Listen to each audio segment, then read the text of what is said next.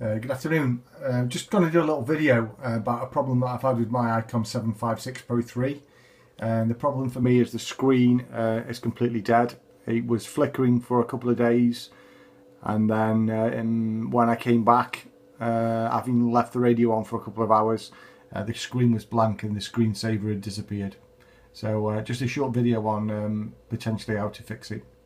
Okay, so to get at the part we need to check, we need to take the top and bottom of the case off, and then you can see there's 4 little cross screws, 2 on each side of the front panel. So I'm just going to so there you can see we've got the whole of the front panel off, and the bit you want to look at is this in this small box there.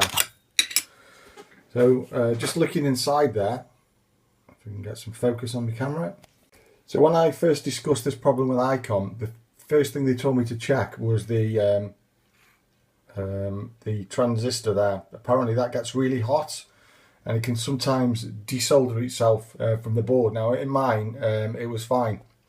I did reflow it to try, but I found that I had a connection from base emitter and collector to everywhere that it needed to go.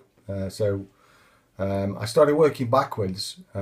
What I found that on this small transformer here, there on the secondary windings, which is the corner contact there and the corner contact there, it should measure about 500 ohms across the secondary winding. On mine, it's actually open circuit, so I'm hoping by replacing that component, it cures the problem. If we look on the circuit diagram, there's the first transistor that it has to try, and the transformer is there, secondary winding. So that provides the voltage for the tube backlight. Icom tell me that it should be about 100 or so volts across these 2 connections. So you can see why, if this secondary winding has failed, the screen is completely dead. So I'm going to just go ahead and change that component, and then we'll see how we go. So all I've done to remove it is, because it's a surface mounting component, all I've done is cut the legs from the device, leaving the little pieces of the leg on the pads, and then I'm going to very carefully unsolder them one at a time and clean the pads up. Okay, so I've just cleaned the pads up with a little bit of desoldering wick, and now I'm going to fit the new one, and then we'll put it back together and see what happens. Okay, so the new one's in. It measures 500 ohms across the secondary. It looks good. I'm going to put it back together and see what happens.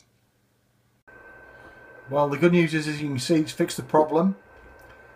The screen's back up and running, and clearer and brighter than it's been before. No flickering at all.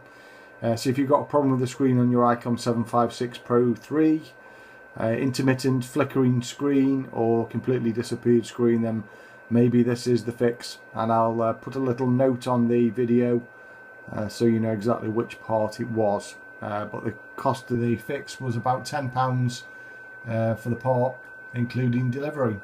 So good luck. Thanks for watching.